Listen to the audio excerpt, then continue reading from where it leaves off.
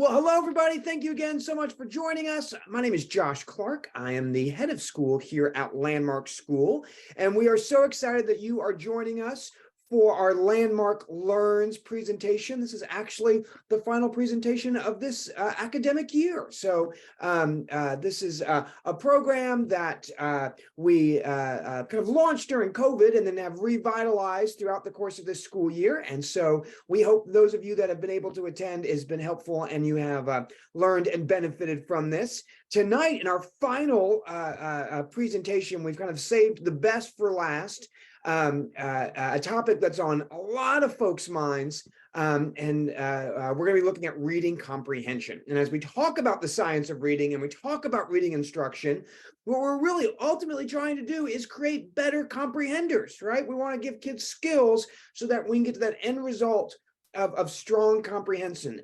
So tonight we have two longstanding faculty and leadership members of Landmark School, Mr. Adam Hickey and Ms. Megan Siebens, who are going to kind of tag team this conversation and bring you through all that we have learned at Landmark, that we practice, that we utilize. And I'm going to give you a quick preview of that. So if we want to go to the next slide. Thank you so much. So to just give you an idea of what to expect tonight, we're going to try and overall do this in approximately 1 hour. So we'll end right around 8 p.m., right around that time. And as you can see here on the screen, we're going to walk you through a kind of a series of sections. First, we're going to talk just about common language, making sure we're all on the same page with definitions and terminology. Then we're going to talk a little bit about the role of background knowledge, vocabulary, and then we're going to ultimately have a little bit of time for an extended Q&A at the end. A couple logistical items to note about this. On your screen, I'm sure you're now used to this, but if it's your first Zoom webinar, you'll see there's a Q&A. So you have the opportunity to actually type in questions as we go along.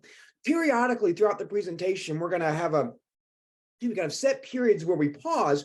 I'll jump back on and I'll be monitoring the Q&A and ask some questions that might come up or just kind of riff on some of the my own things that Megan and Adam's presentation brings to mind. So while we'll have a kind of a final Q&A that'll be a little bit more extended, we will also try to stop throughout and address. So as a question pops up, you don't need to sit on it.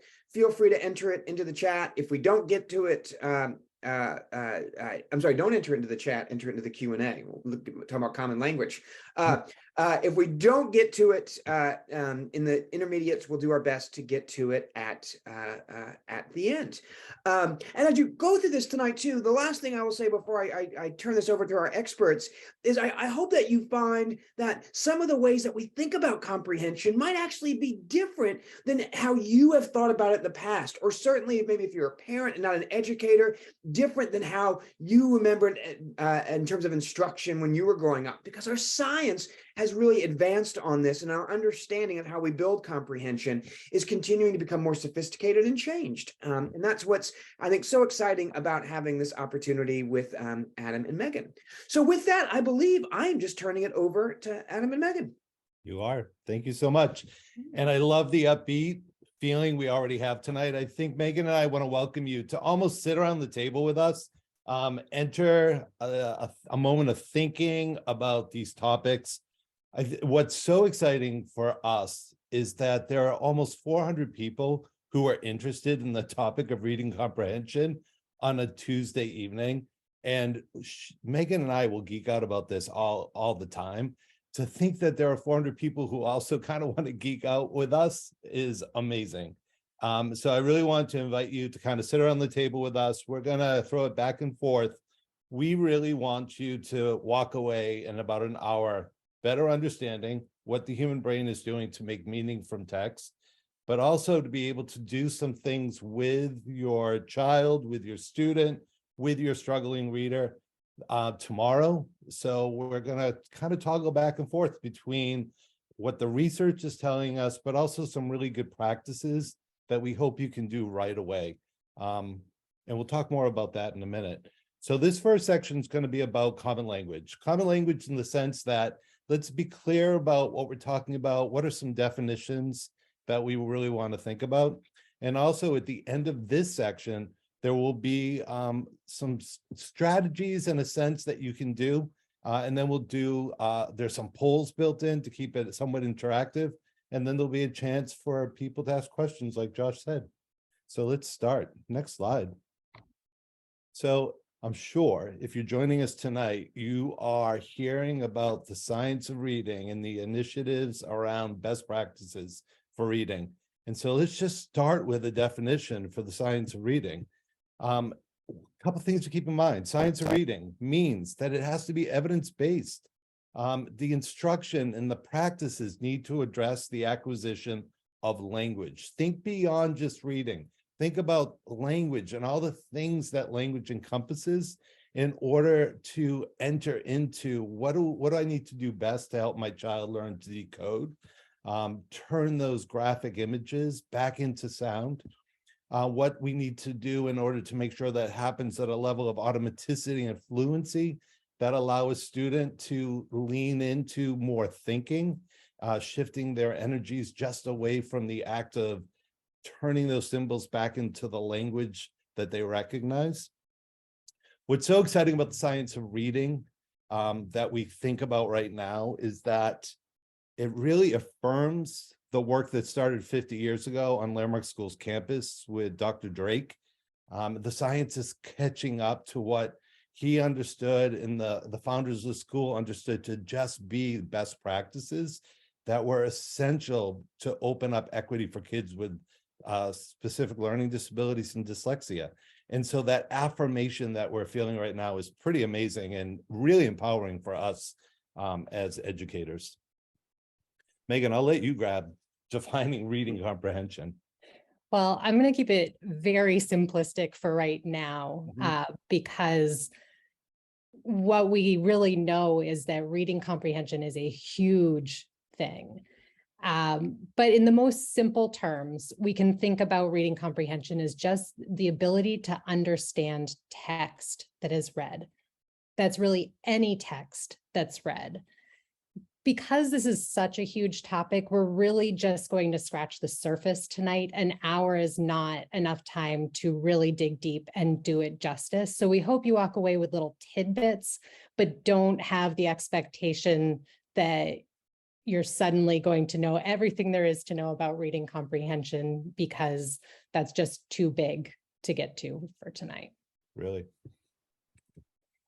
To start us off, we just want to think about a few aspects of the science of reading that we really all need to know about before we can talk about some of the interconnected pieces of reading comprehension.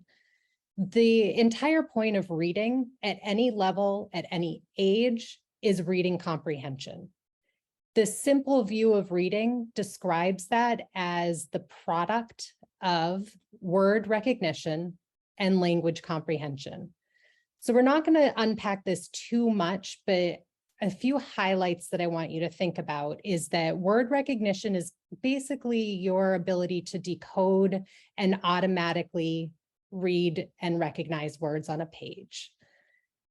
Language comprehension is the ability to understand various aspects of language in general, from vocabulary and background knowledge, which is where we're going to put our focus tonight, to syntax and reasoning and some of those higher level comprehension aspects. This is not an additive equation, so it's not that decoding abilities plus language comprehension equal reading comprehension. It's the product. So it's a multiplication, meaning that if either of those things is not there, you can't have reading comprehension. Even if you have the full understanding of language comprehension, if you can't decode, you can't get there, and vice versa. To pull apart word recognition a little bit more, because I think we can't talk about reading comprehension without having some focus on that level of word recognition.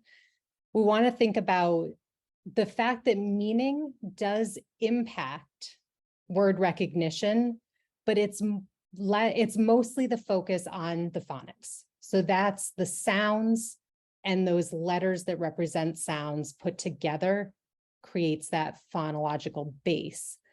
that we need to use in order to be able to decode. However, the more you can attack a word, the more that you can understand and recognize it quickly. So meaning comes into that as well. A lot of that has to do with the morphology, which is just the meaningful parts of a word, and also just knowing what that word means. Any touch point that you have with a word is going to make it more recognizable. There is one other part within this 4-part processing model, and that's context, but we don't mean that in terms of using context to rely on as far as decoding goes. In fact, you can notice that the context is directly connected to meaning because it helps us understand the meaning of a word. If it's an ambiguous word like the word bug, we usually think of as an insect, but in the context of a spy novel, when you see the word bug, that might elicit a different meaning more automatically. So all of these pieces are going to come together to help us recognize and understand words. The last bit of background that I really want to get into is Scarborough's reading rope. So Hollis Scarborough designed the reading rope really as a way to understand all of the pieces that come together to create skilled reading. And the result of skilled reading is reading comprehension. You can see that the pieces of the simple view of reading are recognized here. So the bottom parts in blue, that's the word recognition, and the upper parts in red are the language comprehension. So all of these pieces have to come together to create a skilled reader who fully understands what they're reading in the end. Like I said, I don't want to go fully into all of these pieces, but I do think that this is just an image we need to constantly bring back, because even though we call it the simple view of reading, we're not actually saying that reading is simple. We're saying that it's a very complex, interwoven ability that takes a lot of pieces to create skilled work. Megan, one of the things that I really like about all three of those images is it allows us as teachers of reading to help define or narrow in on where we need to put our energies at any given moment when working with a student who's struggling.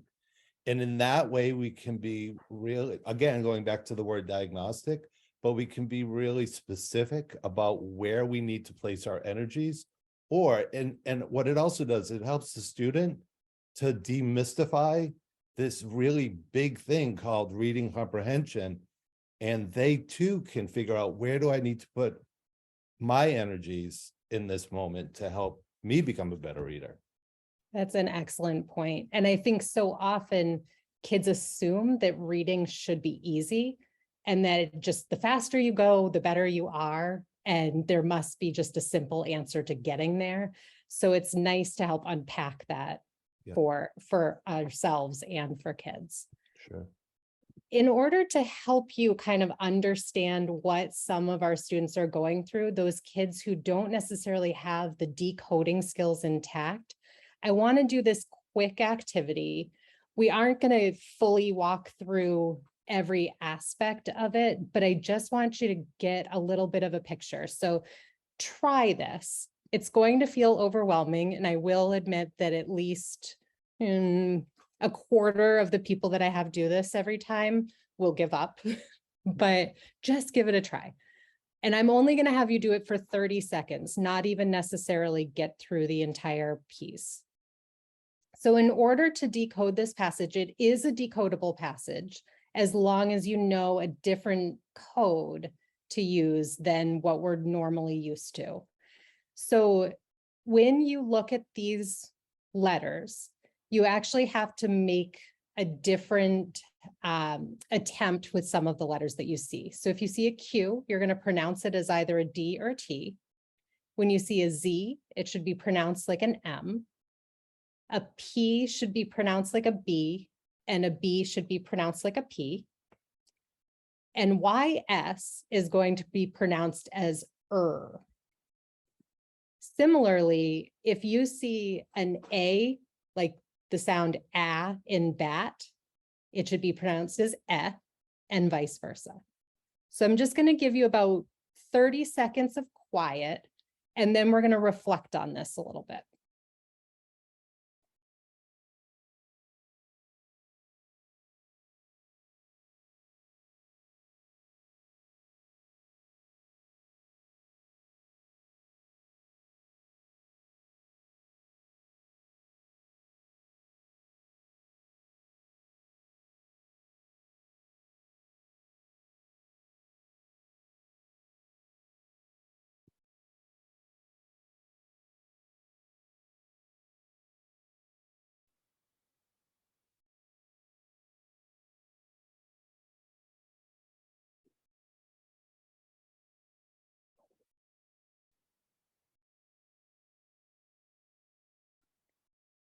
All right, so we're going to go ahead and launch a really quick poll.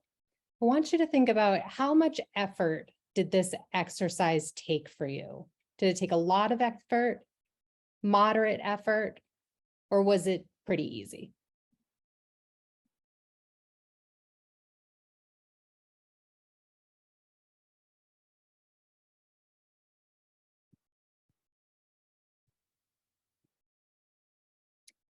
Good. It's reassuring to me that the majority of you found that that took a lot of effort, because really for a lot of our students, when they are looking at text, they're really thinking about how much they have to decode, and they're trying to process those sounds as they go. Oops. That's great. So that just teed up for me the next slide, because what we just experienced for the most of us was the incredible amount of energy it takes to decode text, to take these abstract symbols and associate the sounds that they represent into words and then phrases and then paragraphs. Not easy stuff. So when we're teaching reading, we want to really start with decoding accurately, first and foremost. Once the accuracy develops, then we want to move to this place of automaticity, so things start happening a little bit more quickly. Fluency happens next. Fluency defined as that automaticity, plus this sense of prosody. Prosody defined as you're grouping words together. There's some sense of emotion behind them. Your intonation changes as you're reading. When that prosodic features start entering, what we know is that you're beginning the shift from moving from some foundational skills of reading to this place where you're making meaning from the text. Anecdotally, students who read with prosody generally are starting to understand what they read. They're attaching some meaning to that. If we want to cite some of the earlier research about reading, we need to think about Jean Shaw. And we're going to think about Jean Shaw in a couple different ways. One, she provided this theoretical framework of different phases that all readers have to go through in order to move from a beginning nascent reader into a more advanced expert reader. What I always found so fascinating was that she used students who were struggling with reading in order to slow down that process. Their process was slower by just the nature of them struggling to read, but she took advantage of that and says, I can see some certain things happening, and we can define those as stages. It was one of her research assistants, Vicki Jacobs, who was very clear to say, but always remember, you might be at a very early stage, but you can think and you can understand oral language at a much higher stage. So if you're working with Jean Shaw's stages of reading development, don't be constrained by it. Just use that to help you approach what it is that you need to teach. The other piece that she really discovered was that there was this slump that happened historically around fourth grade. We're seeing this happening, this shift happening much earlier now than it ever has, where kids move from learning how to decode and read to starting to use reading to learn new information. And there are a couple things that are causing that shift. We're requiring kids to read earlier, and we're requiring students to have to read more complex text earlier. And technology has certainly had an influence on that as well. When students interact with a web page, they're making the highest level comprehension decisions about where they want to navigate within that page, sometimes with skills that are still very basic. So we just need to keep all that in mind as we think about how children are navigating their own journey with reading. And Adam, I just would like to underline this, regardless of the fact that students begin to put more emphasis on learning to read from text after grade 4 or earlier, as you said, we need to be teaching our children and our students that the entire point of reading is comprehension from day one. That the point of picking up a book is to understand it, or reading anything is to understand it. Such a good point. So we're not going to spend a ton of time here, but we just wanted to highlight that the focus of tonight is going to more heavily weigh on language comprehension, even though we had to really honor the background of what decoding does, because you can't have reading comprehension without decoding. But the majority of our work tonight is going to focus on these levels of reading comprehension, especially the top two, background knowledge and vocabulary. And we'll talk more about why as we go. And as Megan and I were brainstorming and developing this evening's webinar and presentation, we wanted to be mindful that the science of reading as it relates to comprehension is also beginning a shift from just an emphasis on strategies to a broader emphasis on the importance of both background knowledge and vocabulary knowledge. And so we've renamed some of our slides away from strategies to something called so what. And we don't mean so what in a flippant sense at all. We mean so what in a very colloquial, conversational sense of, okay, we just heard Megan and Adam talk about some research, some theoretical ideas around reading comprehension. So what do we do with that? What do we do tomorrow as we're driving to work to help somebody better understand to read? So here are a couple so whats that we want to unpack for you. When talking with your reader, we think it's really important that you abstract the reader or the person from the brain that's trying to do the task, and in this case, the task being to read. When we do that, we decrease the emotional response in the face of that previous frustration. We've been really mindful on our campuses to try to shift our language from good and bad readers to successful or unsuccessful, because it takes this value judgment away from them. So I would encourage you to do the same thing as well. Say successful readers do this, and that could be really helpful. It's important to recognize what the brain needs to do to read. So talk about this idea of ungluing meaning from the text. Talk about decoding. Talk about thinking about chunks of words together as a bridge to meaning making. It's really helpful. Understand the necessity of being present and attentive to the task and the purpose. We live in a world right now where we're all multitasking so often. And in order to be successful comprehenders of text, you need to be mindful and in that moment in order to do a really good job. And I think it's a successful job. And it's really important to create environments that allow the distractions to go away so you can be in the moment and attentive to that task. And then finally, consider the brain's present skill level. So be really mindful of how we're going to vary what we're asking students to read based upon what they're set up to do right now in this moment. Next slide, bud. Thanks. A couple more things to really be attentive to and to think about when working with a reader. A lot of the research right now is really highlighting the importance of being metacognitive. So we take this word metacognitive. So Adam, what are you talking about? In its most simplest sense, I want you to think about that moment of thinking about your own thinking.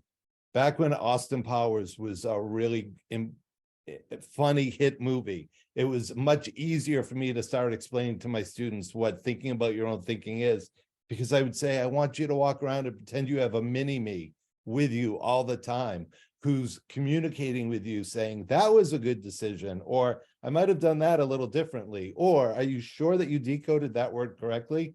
We really want to slow down the process enough so that we can insert this moment of thinking about our own thinking. We've already talked about attentiveness. You need to be attentive to that moment. If you skip over a word and you didn't decode it correctly, that's going to have a pretty negative impact in the overall ability to gain meaning from that text. There's a whole list of executive function skills that we need to be thinking and mindful of as well. How do you plan, predict, check in with yourself? All of that happens with executive function.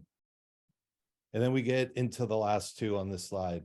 We need to activate and think about prior knowledge for what it is that we're going to interact with in the text. And we're going to talk a little bit more, perhaps a lot more about that in a couple minutes. And then create this sense of motivation. We all focus on motivation as the external moment of behavior that we see our students doing. We need to back up a little bit when we think about motivation, because there's two other things that lead to that. One is this thing called self-efficacy. You as a human being have to believe that you're going to be successful at something in order to act on that. And that acting we define as volition. The example I like to use is the Boston Marathon, which just happened last Monday. A colleague of mine ran in it, and I'm so impressed that he has the ability to do that. I have no self-efficacy myself that I will ever finish the Boston Marathon. Because I don't have that self-efficacy, I have no volition to begin running tomorrow morning in preparation for that race. So consequently, I look very unmotivated around participating in the Boston Marathon. If we step back, we help our students figure out, why do I look unmotivated to read? Do I not believe that I could potentially do that in the future? So just think about unpacking motivation a little bit with those two slides. And again, you gain some entry points into helping a student begin the task.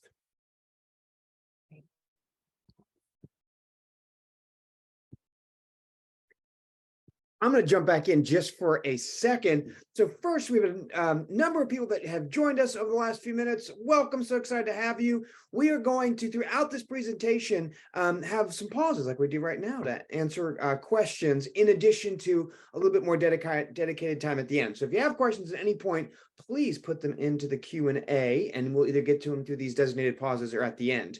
While we do that, one thing that, well, you all were talking, that really just got me thinking is, and thinking again about my own kind of educational experience growing up, and as I became a reader, this just idea of making it a deliberate and clear intention for students, talking to them about talking, this whole metacognitive piece that Adam was just highlighting, I think is so important. And again, I remember going through worksheet after worksheet, underlining the main idea, or, circling the most, I had no idea what in the world the purpose of it was. No, it never occurred to me. I never made that connection that there's something about this that was going to make me a better reader. So I think that's just such an empowering thing. And it's also, I don't want to call it an easy thing, but it's a thing we can all do tomorrow, right? All these things that Adam and Megan just talked about don't require a 30-hour course in, a higher level brain science. It's just empowering you as the instructor to empower the child in their own frame of mind and how they think about this. And I just think that's such a powerful and important thing that every time we go through this, I think about. Yes. So again, add questions as you go along, and Adam and Megan, I say we keep going, and we can circle back to any questions that pop up. Sounds great. Thank you. Excellent.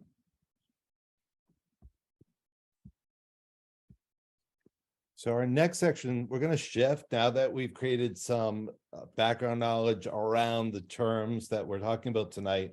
We're going to shift into a focus on the importance of background knowledge overall to reading comprehension, and why the shift is starting to happen from just using strategies in a siloed way to really considering some other really important variables that will contribute to understanding when you're reading text. Great. So I'm actually going to start us off back in 1988 when we really did start to realize how impactful background knowledge was for reading comprehension. So this is the classic baseball study that was about reading comprehension. They took a bunch of junior high kids and they figured out which of those kids were high readers or low readers, and which of those kids had a lot of baseball knowledge and which of them had very little baseball knowledge. After that, they had them read about an inning or a half inning of baseball, kind of the play-by-play that was happening. And they asked those students to do a recall, so physically move some figures around on a pretend field to show what happened, a retell verbally, and then some other comprehension tasks. And what they found was pretty obvious for this first group. So our high readers that had a lot of baseball knowledge did very well on all of these tasks. What we might expect from a perspective of, being able to read and get information from reading is that our next group that would be the next highest would be the high readers, even if they didn't have a lot of baseball knowledge. But we actually see that students who have low reading ability, but a lot of knowledge performed better than those who were high readers with low knowledge. So this interaction of background knowledge and the text is incredibly important. Those who have low reading abilities and low knowledge did score the poorest. But what I think is really interesting is that these low readers with high knowledge are much closer to the high readers with high knowledge than they are to the high readers with low knowledge. There really is that separation there that has to do with background knowledge. This is not to say that background knowledge should be used to fully compensate for poor reading abilities, but it does tell us that it is very important. And therefore, we really have to think about teaching background knowledge and helping students build background knowledge in order for them to understand what they're reading. And there's actually another study that just came out. It's actually still in the peer review phase, but Natalie Wexler just wrote on it in Forbes. And it's colloquially being called the Colorado study, because in Colorado, they have a system of charter schools, and the application into the charter schools is just solely based on a lottery.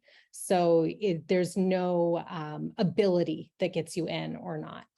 And in those charter schools, they have a lot that are very specifically doing curriculum that works on building background knowledge, but in the public school systems, they're not. And so it gave a very clear group of kind of the treatment group versus the kids who are not getting the control group, for what you can say. So what they found was that our students who have background knowledge instructions specifically were able to do better on these reading comprehension tests. And they took this over the course of 4 years. In the first year, they didn't see massive differences, but as background knowledge built from year to year to year, they started seeing more significant differences between these groups. So they were basically saying that it was able to build reading comprehension, not necessarily directly connected to those areas of background knowledge, but helping students build upon their own knowledge. The most significant finding, and I think this still needs to be studied further, but they did find that there was a very significant reduction in the difference of students that were high income versus low income. So usually you find that in low income schools, you're going to have lower performance, and that can often happen kind of across the board. So what they were able to see was that these kids who were in high income schools getting background knowledge instruction and the kids in low income schools getting background knowledge instruction were actually performing very similarly on reading comprehension tests, which is huge because that's a gap we just need to close in general. The other two pieces I want to think about more from an instructional point of view, that teachers were not cramming knowledge into these kids. They were spending time on topics and not jumping from one to the next. So really the depth matters. It matters that you take the time to build up vocabularies and talk about how these pieces of information play with each other, rather than just giving a few facts and moving along. Or expecting, as Josh was saying, kids to just highlight the main idea and move on. And students both read and wrote about the content. So language arts instruction happens in language arts, but language arts instruction happens in science and social studies and any other class where reading and writing matters and where content matters. So drawing those strict lines between classes is not helpful. You need to kind of be doing this everywhere. Megan, before we move to the next slide, as you were presenting this one, I was thinking of the importance of how the research informs us about best practices, but it also affirms, again, to use that word again tonight, affirms some really great decisions that I'm seeing teachers make in classrooms. And an example that I saw earlier this year is students in the context of fourth grade class, they're doing some science work, and they were looking at the water cycle by filling baggies, Ziploc baggies, with a little bit of water and taping them to a south-facing window. And during the days of this lab, they were using words like evaporation, precipitation, condensation, and there was no textbook in front of these children for the first couple of days. So they were conceptualizing through the lab the understanding of where did the water go? Why isn't there as much water in this bag right now? And then I had the really nice experience of being in the room when the textbooks finally appeared and students were reading them. And I was listening to students saying, oh, I recognize that word. I know what this is talking about because we just watched that happen in the window inside that baggie. You know, and so I look at this slide that we're all seeing right now, and I'm thinking about how this slide absolutely affirms all that work that teacher was doing before the children even began reading the text itself. Just the importance of building that background knowledge. That's such a great point. I also feel like I hope that the research starts to empower teachers to make choices and not just think about teaching to a test. Because the end result isn't how the kids do on the test. It's the skills that they come out with and the understanding that they have. That's right. That's right. So like Megan's earlier challenge to our audience, I too have a challenge to our audience. And this is a piece of text that's been used. I cited it from 2018 because that's when I was introduced to it. But I believe it's a piece of text that's been used since the early 80s. To assess what readers generally do in terms of strategy use when they're encountering or presented with text that's difficult to read. So I'll share with you that this is not an easy paragraph, but what I'd like you to do right now is to start reading it and to be metacognitive, think about your own thinking as you start reading this, and see if it makes sense, if it clicks for you and you understand what it's saying, or if you experience a clunk, does it not make sense at any particular time? And I'm going to give you again about 30 seconds, just like Megan did, and then we're going to have a poll following this. So read it, be metacognitive, and feel how that feels.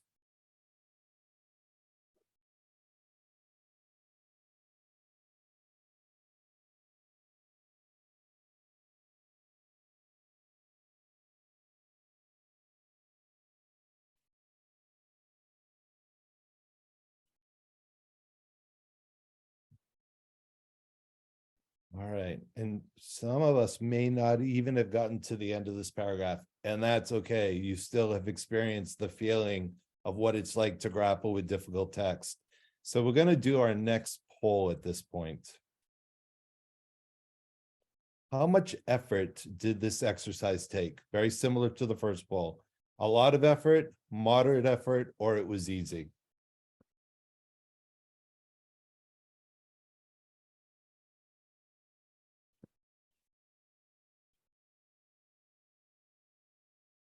And let's see what the results were. Again, it's not surprising. It was a lot of effort to moderate. Nobody really thought it was easy.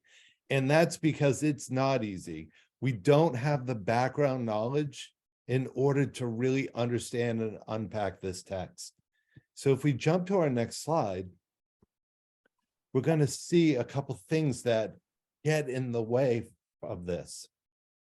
I want to call our attention to two different parts of sentences. The first is the broad point appearance as a major archaeological horizon marker. I mean, I look at that group of words and I see a lot of multisyllable words, but I also see what Megan's going to talk about in a minute, this thing called tier 3 vocabulary, which are very specific vocabulary words. And later on in this passage, we see this broad point word pop up again. But here it's used a little differently. It's a quick expansion of the broad point using peoples. And here we have a hyphenated phrase, so we know that broad point using might be modifying or telling us about the noun peoples. And in that moment of what I just said, I was actually exhibiting some meta-linguistic understanding to help further unpack this paragraph.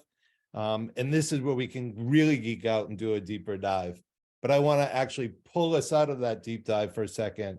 And I want to suggest that if I, as the teacher, had simply put an image up before you read this and explained that this image is an arrowhead and that some writers refer to the arrowhead by a synonym called a broad point, it would have been a much different reading experience in that moment, because I would have created some background knowledge, some schema that would have provided a point of entry for you into that text. And it would be interesting to do a secondary poll and see, okay, now that I have the prior knowledge, I have that schema, I have that entry point, it actually didn't feel as hard or as challenging as it did in the beginning. And that is to just emphasize the importance of doing what that wonderful fourth grade teacher did, which was introduce that important vocabulary and concepts before those students went to the text itself. Great. So we're going to think a little bit about how you can build background knowledge in relation to text before you're reading, during reading, and after reading. So before reading, you need to define the purpose. And the reason that you kind of have students think about, why am I reading this? Why am I doing this? Or telling them that if it's not an obvious connection, is because that starts to initiate this connection to background knowledge. If we had seen Adam's text before, and he said, we're going to be talking about arrowheads and the impact of arrowheads in archaeology, then that allows me to at least bring up some of these concepts that I already understand as far as arrowheads and archaeology, even though I don't have expertise in those areas. In addition, before you're reading, and sometimes this happens while reading, but before you get to the next point, is you're going to want to make some predictions and think about, or have your student think about, What do they think will happen? A good prediction relies on an understanding either globally of what background they know in general or specific to the topic. And then during reading, and actually at all points, so before, during, and after, generating questions. So this might come from the adult. Why do you think this is going to happen? What are you interested in about this topic? Or even better, it can come from the student. Tell me some questions you have about this, because that's going to help them start to take some ownership over thinking about what's coming up, thinking about what's happening in the moment, and thinking about what they read after they're done with it.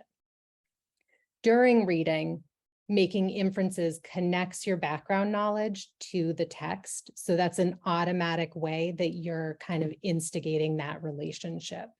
And then after reading, having them think about, so what? We asked why we're reading, what's the purpose at the beginning. So when we're done, we always need to go back and reflect. So what? Why did that matter? What do we care about this? And why are we reading? What I see in front of me when I begin conversations with students about those 5 different variables that Megan just unpacked for us is the glazed over look. They're like, Mr. Hickey, I already don't want to do this thing called reading. And now you're asking me to add these 5 other cognitive shifts onto me. But the good news is these are all things that all of our readers, whether they're successful or not, are really practiced at. So if we think about those 5 in the context of a basketball game, which is going on right now, we do define the purpose when we sit down to watch that game. I want to see who's going to win this game. You define that purpose without a lot of thought. We want students to shift from their natural ability to do that with something that's unrelated to reading. We make predictions when we watch a basketball game. Based upon how the player is performing, we're going to predict that they're going to make that free throw. Or we're going to predict that they're going to miss that free throw because they missed the previous 2. We're going to generate questions about some of the information that's coming at us. We're going to make inferences. I didn't like the look that coach just gave his number 1 player. What does that mean? What's happening on the bench behind the scenes? And then when the game's over, we all sit there and say, so what? Now that happened, are we done? Or do we have to go to another game in order to finish off this series? So the point is, to think about these skills as things that our students already have. We just want them to shift and use those skills that they're quite practiced at for things related to reading comprehension. And with that, we get to our next question.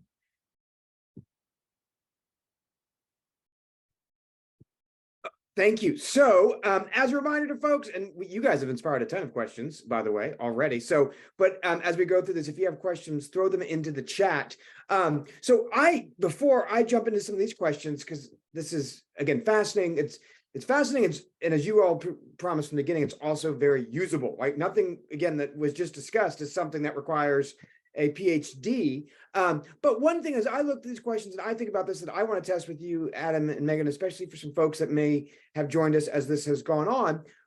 Megan began this conversation by showing us that simple view of reading, word recognition, right, with language. And for the purposes of this presentation, we're somewhat making an assumption that the word recognition piece is there and or you're instructing it another time, right? So as we think through this and as we think some of these questions, I don't want anybody to think that the suggestion is we're not doing these other things or it's this and not that. Is that right, Adam and Megan? It's a combination. Absolutely. And I think one of the resources we're going to share after this is Natalie Wexler, who is kind of the guru of background knowledge on the Science of Reading podcast. And she very explicitly says, even though she is championing the reading comprehension aspects of it and building background knowledge, that is not in replacing decoding and word recognition. That is the most important piece that we can do, but we need reading comprehension too. Absolutely. Makes so much sense. And I was not familiar with the Colorado study, so now I'm so excited. I can't wait to dig into that. Quick question to kind of try to combine some of the ones that we see in the chat right now. One is, so if we have students that we know struggle with reading, how do we impart background knowledge effectively? And there's a lot of background knowledge in the world. How do I choose the background knowledge that's actually going to be effective to make my child or my student a good reader? I'm going to go back to the example that I gave in that fourth grade classroom. You absolutely should feel empowered to deconnect that. Deconnect, is that even a word? Break that apart from text. Build background knowledge through real world experiences, through other means of getting it in, like videos, like discovering things. It doesn't always have to be based upon reading.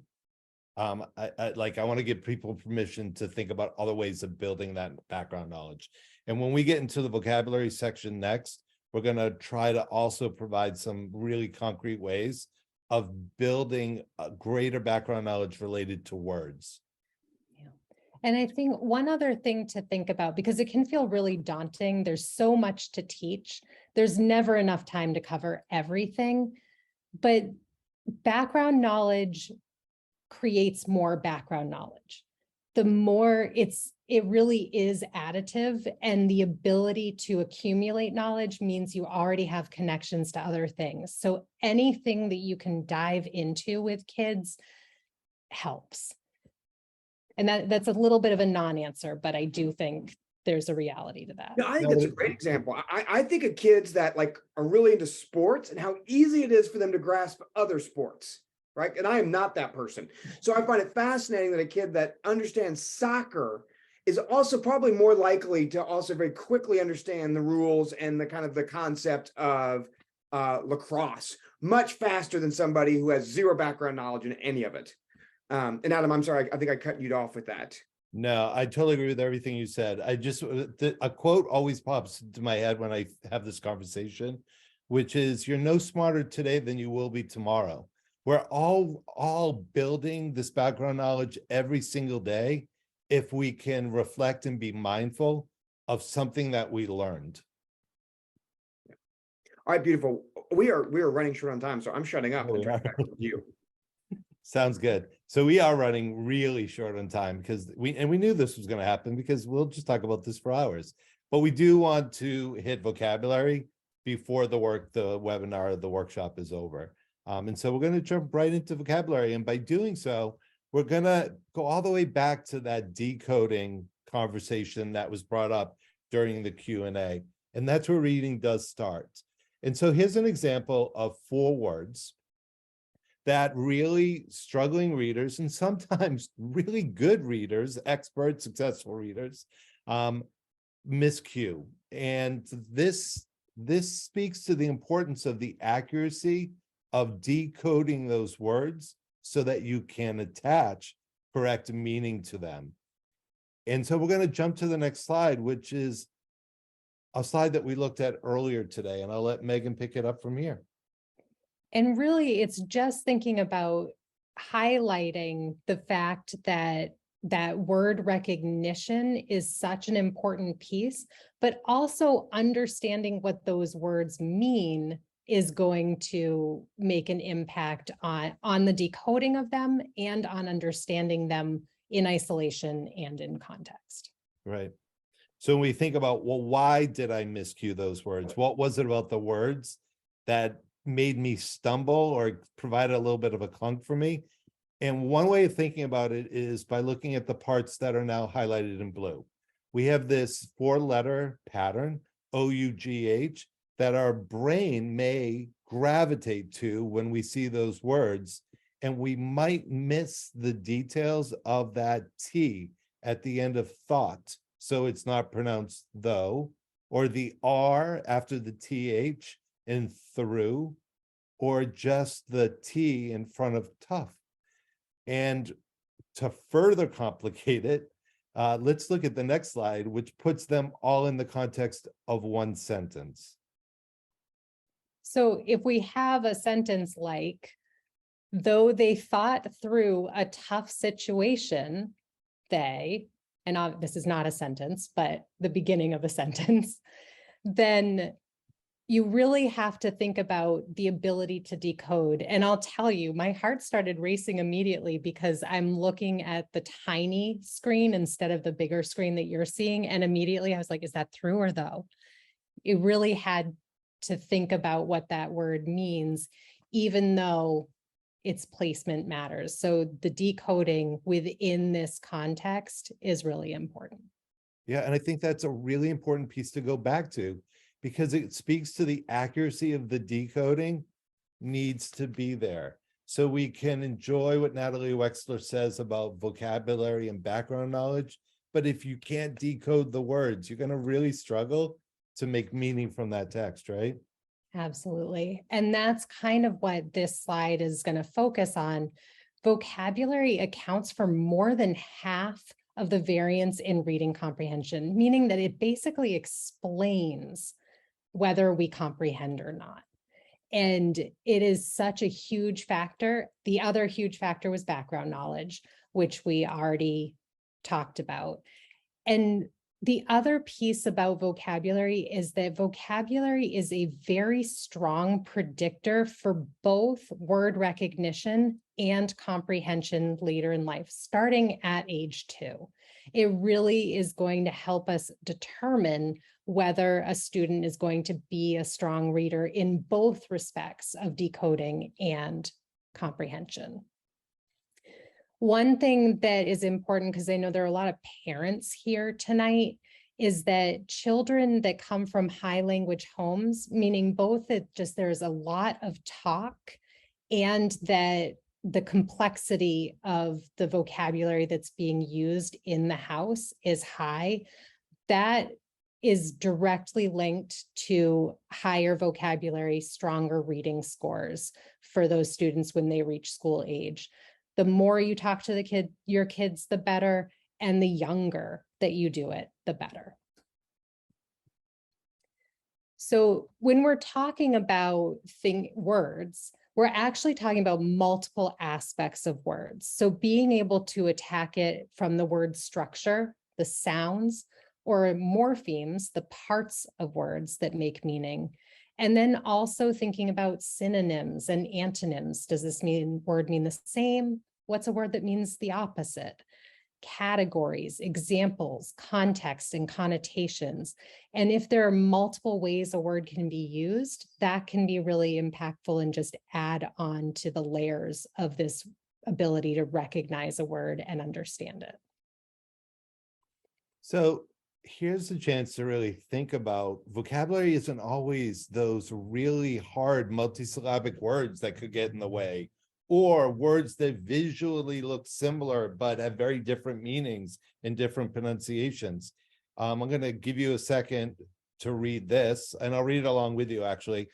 There's a bear in a plain brown wrapper doing flip-flops on 78, taking pictures and passing out green stamps. Arguably, all those words are pretty easy to decode.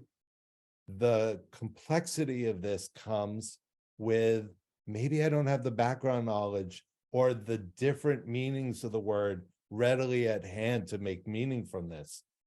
And so for this third poll, we're going to ask you, when you heard me read the sentence or when you read it independently, did it click, meaning, did it make sense? Or did you experience a clunk?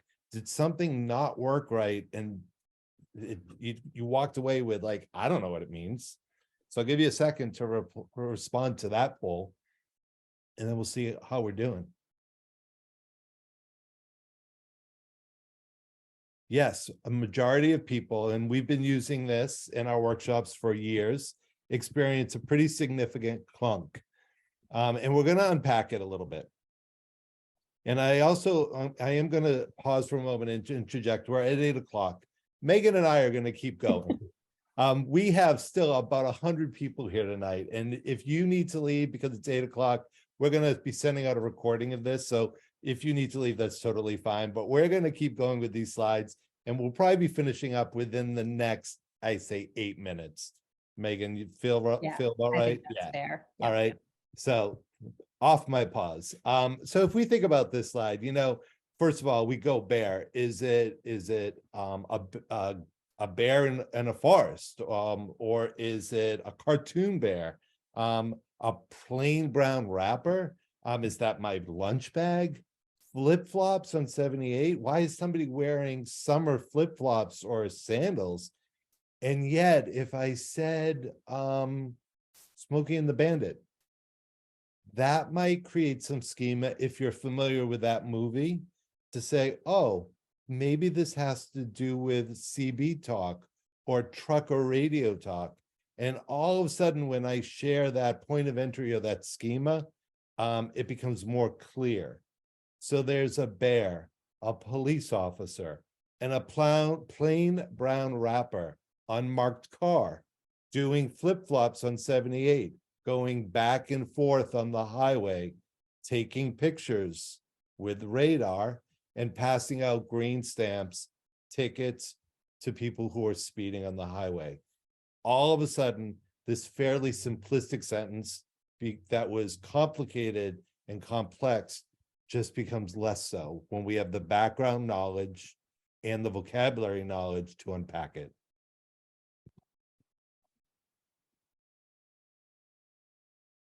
So we really want to emphasize that we want kids to be reading. This image comes from Sally Shaywitz's book, Overcoming Dyslexia. And we've always found it a powerful image because it really helps our students understand that the time that they commit to reading has pretty significant payoffs for them. According to the graph, if you're reading about 1 minute a day, you're going to be exposed to about 1,000 words per year. If you can jump that commitment to 9.2 minutes per day, you just jumped up to an exposure of 600,000 words.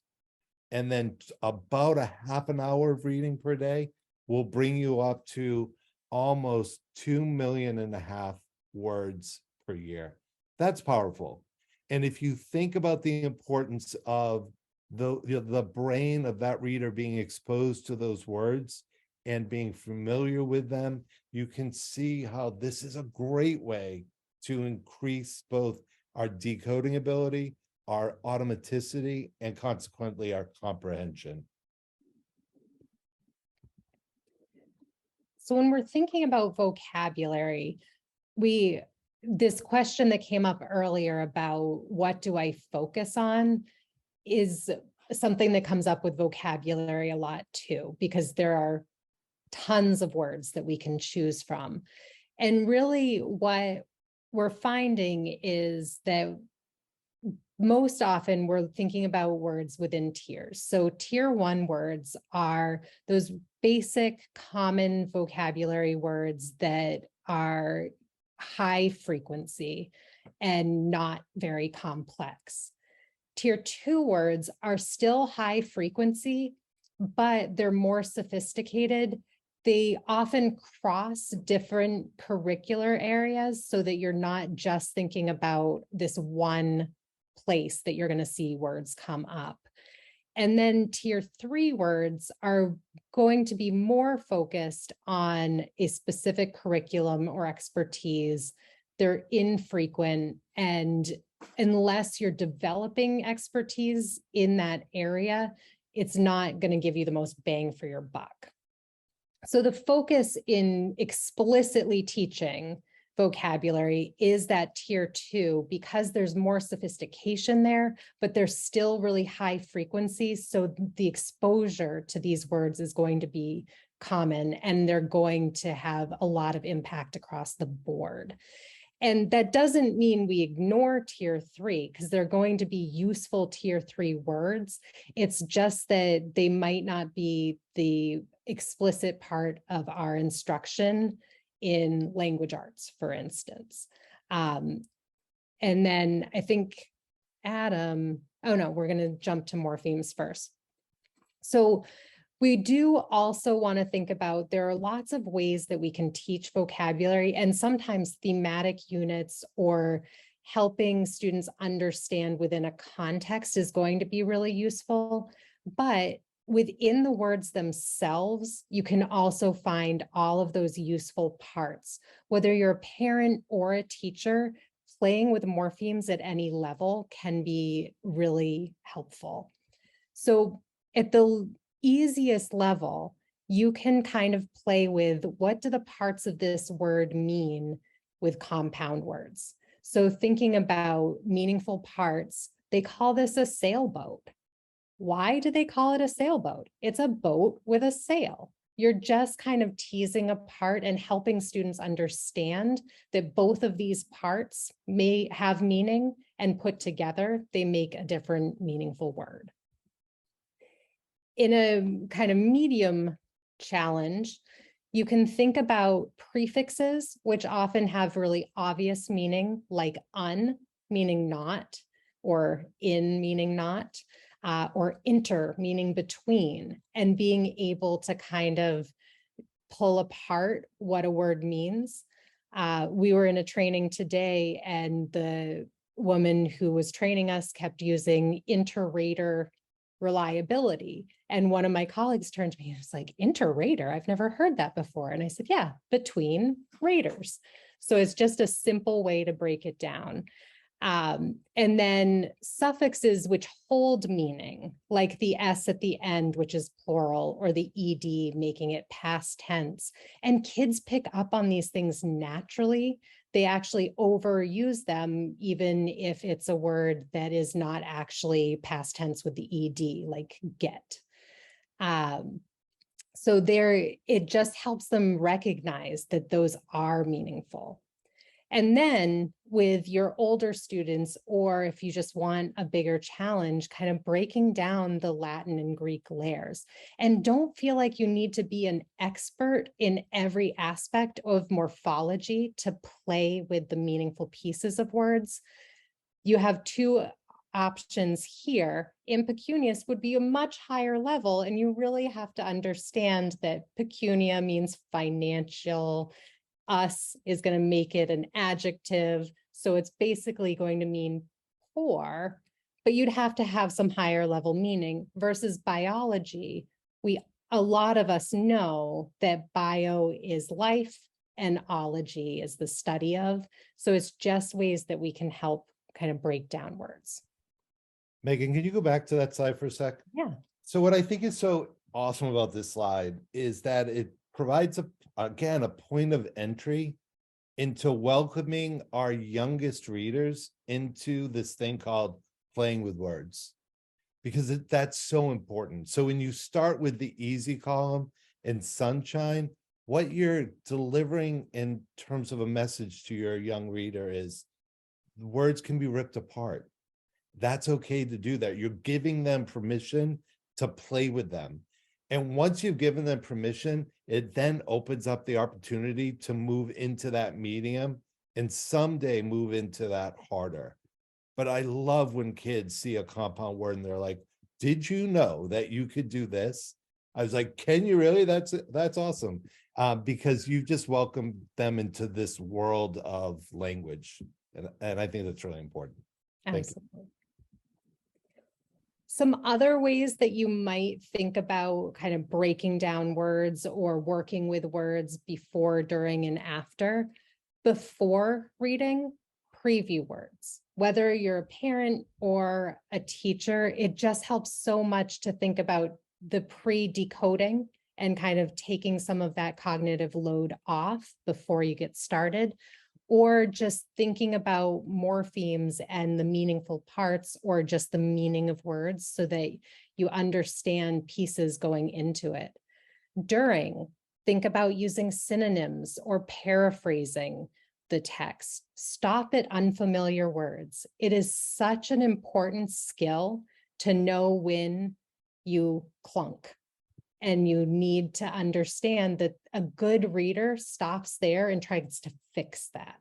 So it's really helpful to recognize those clunks and not just blow right through them.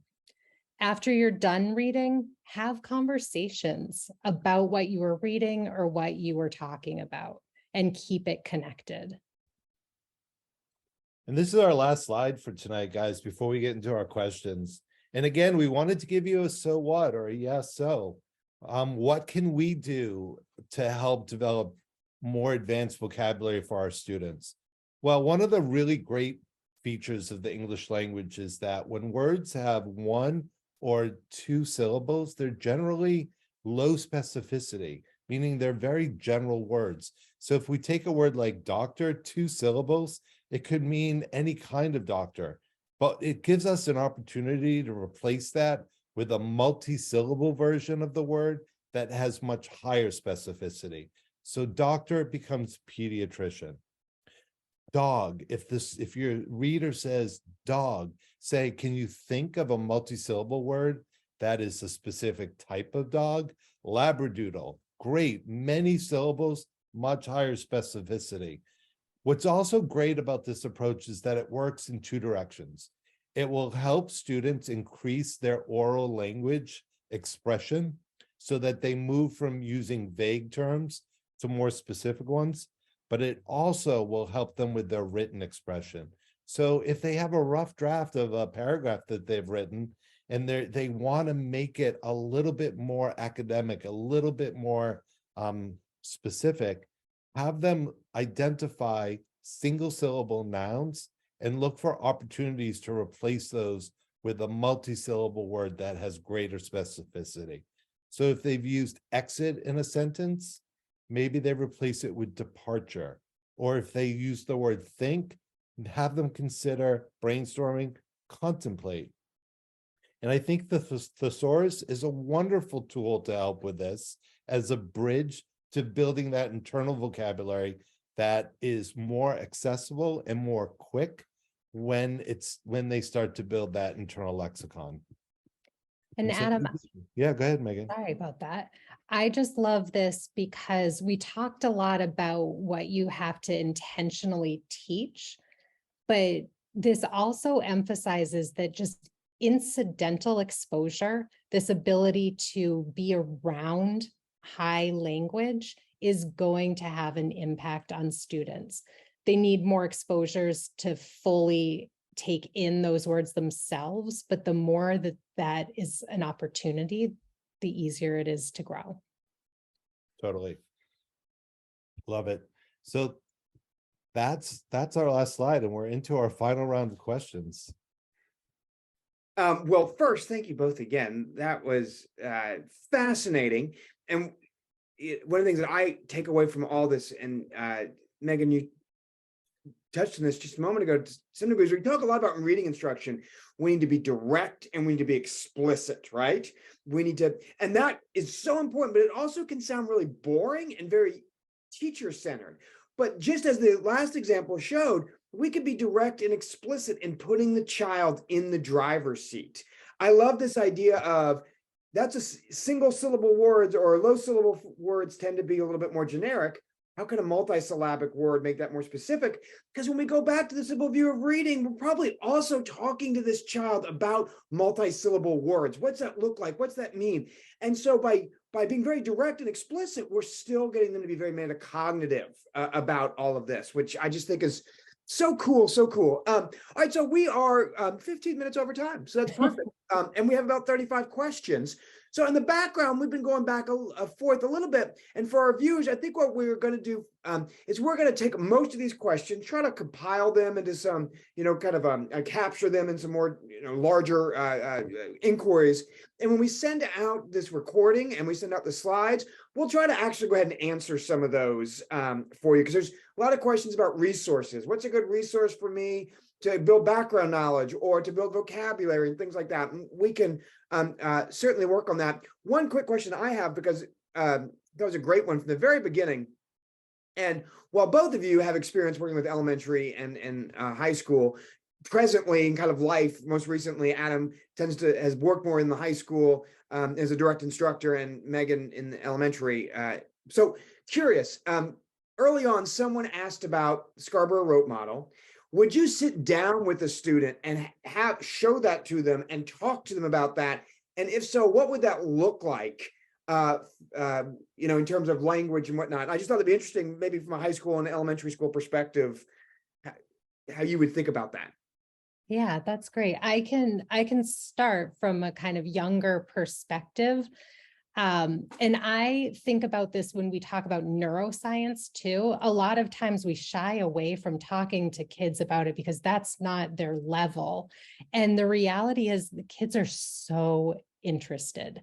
And I think while I might not expect them to read and fully digest the reading rope, I would put it in front of them and talk through with them and give them some examples and have them reflect on what pieces of the rope come easily to them and what is hard. It's just a visual that gives you an opportunity to talk about these things, even if I don't necessarily expect them to fully understand every aspect that goes into it or every word that's written on the rope itself.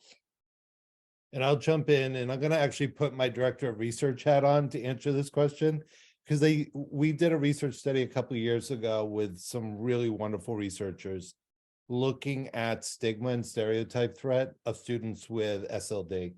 And what we found is that on our campuses, because we talk to them about things like the Scarborough Road, the students report that they feel inoculated against the stigma of being dyslexic.